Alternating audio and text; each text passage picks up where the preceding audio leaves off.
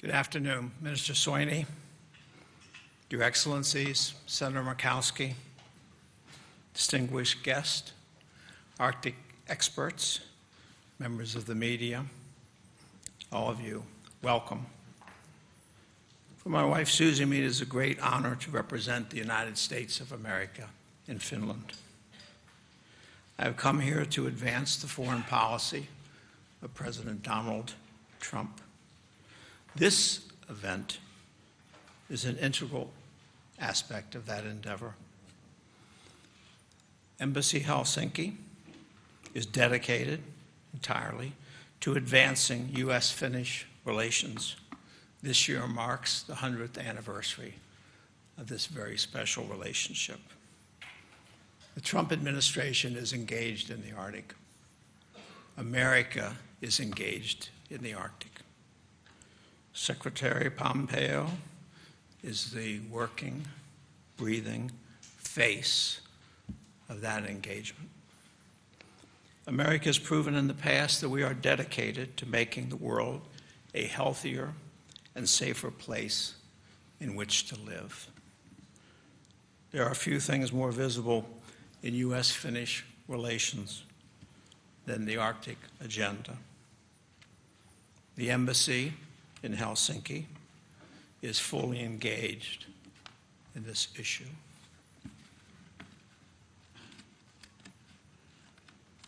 I should be so fully engaged in not having folded this so closely together. The administration has demonstrated the importance which it attaches to our very special relationship with Finland, its leaders, and its citizens. I would like to mention President Niinistö made an early appearance in Washington, D.C. after President Trump's inauguration. We had other visitors, including, most obviously, President Trump here, along with Secretary Pompeo. I haven't sent him to Kansas yet. Secretary, unscripted. Secretary, Freudian slip. Secretary Pompeo,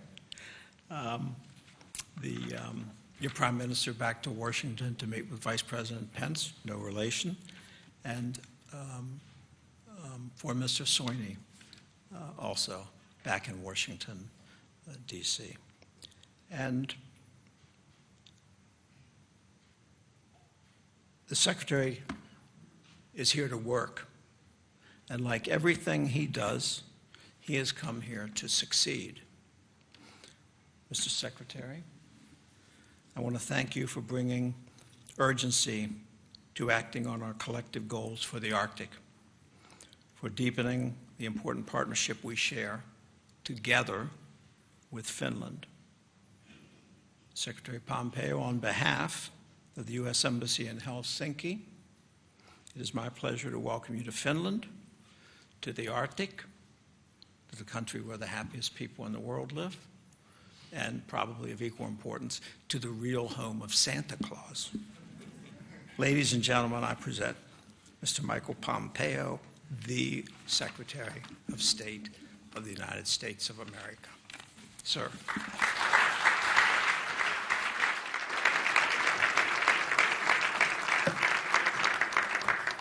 Thank you, Ambassador. I know you're enjoying your time here tremendously, and you are doing an outstanding job. It's great to look at her and see so many friends, too. Who would have thought I could come this far north and know this many people? It is heartening to me.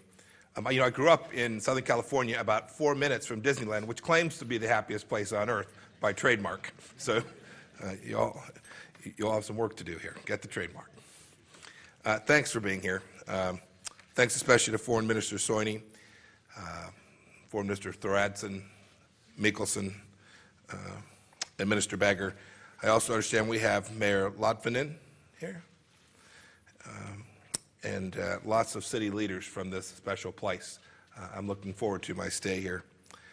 Thanks for your hospitality, too. I'm touched by your warm welcome. This is only the second time I've had the opportunity to visit Finland, but I really do feel, as I said earlier, that I am among friends. The Finnish people have a tradition of hospitality for visiting Americans. I love the story of Eleanor Roosevelt and her visit to this city in 1950 to check on your post-war reconstruction progress. It was short notice, and the Finns wanted to place a special place for her arrival. So they had an architect design a cabin overnight and mobilize their best construction crew to build that place. Her plane touched down just as the outer door was being fitted in. The townspeople were ushered in grand welcoming ceremony, and that cabin still stands today. So as you can see, we've been friends for an awfully long time. In Finland and the U.S., you have a pair of nations that are celebrating our 100th year of diplomatic relations. We have a lot to look back on, but also a great deal to look forward to. And I want to speak today about our future, not just about our bilateral future, but about our future in this region, here in the Arctic. And what better place to do it for me to have the opportunity to participate in the Arctic Council. It's an honor to gather here this week with fellow members, the 7 other nations in addition to the United States, and the proud indigenous people. I'm not the first Secretary of State in recent memory to participate in the Arctic Council proceedings, and you can be sure that I will not be the last.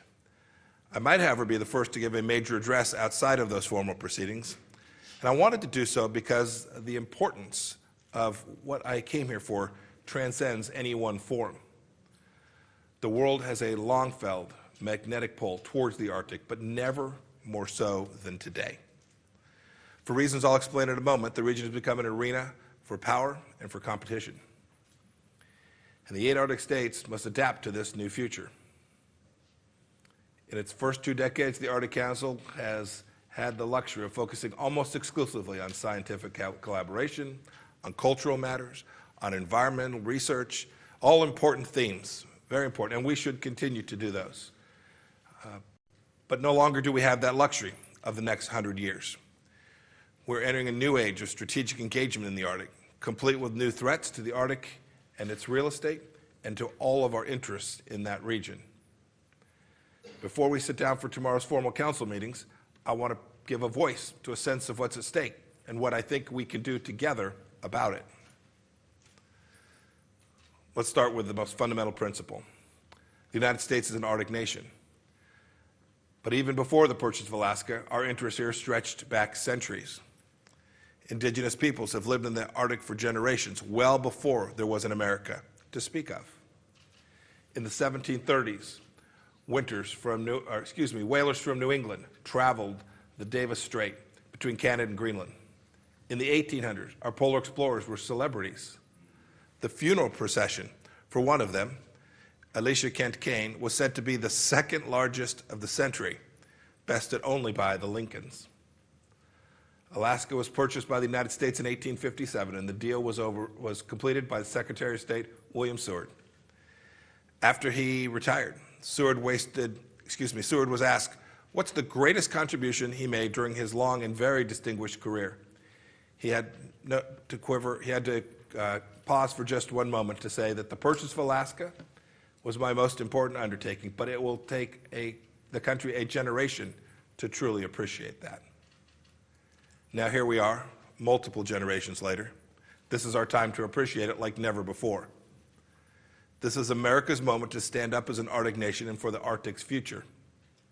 Because far from the barren backcountry that many thought it to be in Seward's time, the Arctic is at the forefront of opportunity and abundance. It houses 13% of the world's undiscovered oil, 30% of its undiscovered gas, and an abundance of uranium, rare earth minerals, gold, diamonds, and millions of square miles of untapped resources. Fisheries galore. And its centerpiece, the Arctic Ocean, is rapidly taking on new strategic significance. Offshore resources, which are helping their respective coastal states, are the subject of renewed competition. Steady reductions in sea ice are opening new passageways and new opportunities for trade. This could potentially slash the time it takes to travel between Asia and the West by as much as 20 days. Arctic sea lanes could come the 21st century Suez and Panama canals. And that leads me to my second point. The second point is this: to leverage the Arctic continental, all nations, including non-Arctic nations, should have a right to engage peacefully in this region. The United States is a believer in free markets, We know from experience that free and fair competition, open by the rule of law, produces the best outcomes. But all the parties in the marketplace have to play by those same rules. Those who violate those rules should lose their rights to participate in that marketplace. Respect and transparency are the price of admission. And let's talk about China for a moment. China has observer status in the Arctic Council, but that status is contingent upon its respect for the sovereign rights of Arctic states. The U.S. wants China to meet that condition and contribute responsibly in the region. But China's words and actions raise doubts about its intentions. Beijing claims to be a near Arctic state, yet the shortest distance between China and the Arctic is 900 miles. There are only Arctic states and non-Arctic states. No third category exists, and claiming otherwise entitles China to exactly nothing.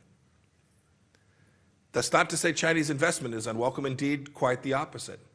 The United States and Arctic nations welcome transparent Chinese investments that reflect economic interest and national security ambitions. Between 2012 and 2017, China invested in the Arctic nearly $90 billion. It's planning to build infrastructure from Canada to the Northwest Territories to Siberia. And just last month, Russia announced plans to connect the Northern Sea route with China's maritime Silk Road, which will develop a new shipping channel from Asia to Northern Europe. Meanwhile, China is already developing shipping lanes in the Arctic Ocean. This is part of a very familiar pattern. Beijing attempts to develop critical infrastructure using Chinese money, Chinese companies, and Chinese workers, in some cases to establish a permanent Chinese security presence. Our Pentagon warned just last week that China could use its civilian research presence in the Arctic to strengthen its military presence, including deployment of submarines to the region as a deterrent against nuclear attack. We need to examine these activities closely, and we keep the experience we have learned of other nations in mind. China's pattern of aggressive behavior elsewhere should inform what we do and how it might treat the Arctic. Let's just ask ourselves, do we want Arctic nations broadly or indigenous communities specifically to go the way of former government in Sri Lanka or Malaysia, ensnared by debt and corruption? Do we want crucial Arctic infrastructure to end up like Chinese constructed roads in Ethiopia, crumbling and dangerous after only a few years? Do we want the Arctic Ocean to transform into a new South China Sea, fraught with militarization and competing territorial claims? Do we want the fragile Arctic environment exposed to the same ecological devastation caused by China's fishing fleet in the seas off its coast or unregulated industrial activity in its own country? I think the answers are pretty clear. Then there's Russia. As a fellow Arctic Council member, Russia, the other Arctic states have fruitfully cooperated in a number of areas. Expansive conservation efforts. Those are to be applauded. We want cooperation to continue. But we can't have one side cooperate and the other side derogate its duties. We're concerned about Russia's claim over the international waters of the Northern Sea route, including its newly announced plans to connect it with China's maritime Silk Road. In the Northern Sea route, Moscow already illegally demands other nations request permission to pass, requires Russian maritime pilots to be aboard foreign ships, and threatens to use military force to sink any that fail to comply with their demands. These provocative actions are part of a pattern of aggressive Russian behavior here in the Arctic. Russia is already leaving snow prints in the form of army boots. Russia formally announced its intent to increase its military presence in the region in 2014, when it reopened a Cold War Arctic military base. Since then, thanks in part to its large icebreaker fleet, Russia has been able to renovate old bases and infrastructure. It claims to have built 475 new military sites, including bases north of the Arctic Circle, as well as 16 new deep water ports. It secures this presence through sophisticated new air defense systems and anti-ship missiles. No one denies Russia has significant Arctic interests. We recognize that Russia is not the only nation making illegitimate claims. The U.S. has a long contested feud with Canada over sovereign claims through the Northwest Passage. But Russia is unique. Its actions deserve special attention of this Council, in part because of their sheer scale, but also because we know Russian territorial ambitions can turn violent. 13,000 people have been killed due to Russia's ongoing aggressive action in Ukraine. And just because the Arctic is a place of wilderness does not mean it should become a place of lawlessness. It need not be the case. And we stand ready to ensure that it does not become so. As I said in a speech in Chile, in Santiago, just a few weeks ago, American leadership stands in stark contrast with the Chinese and Russian models. When the U.S. chaired this council, we made strides to improve suicide prevention among indigenous youth and funded new sanitation capacity in rural villages. American commitment to the region has been bipartisan, spanning multiple administrations. The Trump administration, however, recognized that America could do more, and we will. We intend to. Today, America is sharing its focus on the Arctic and securing its future. Under President Trump, we're fortifying America's security and diplomatic presence in the area. On the security side, partly in response to Russia's destabilizing activities, we are hosting military exercises, strengthening our force presence, rebuilding our icebreaker fleet, expanding Coast Guard funding, and creating a new senior military post for Arctic affairs inside of our own military. We're also leveraging the important partnerships that we will expand on even this week.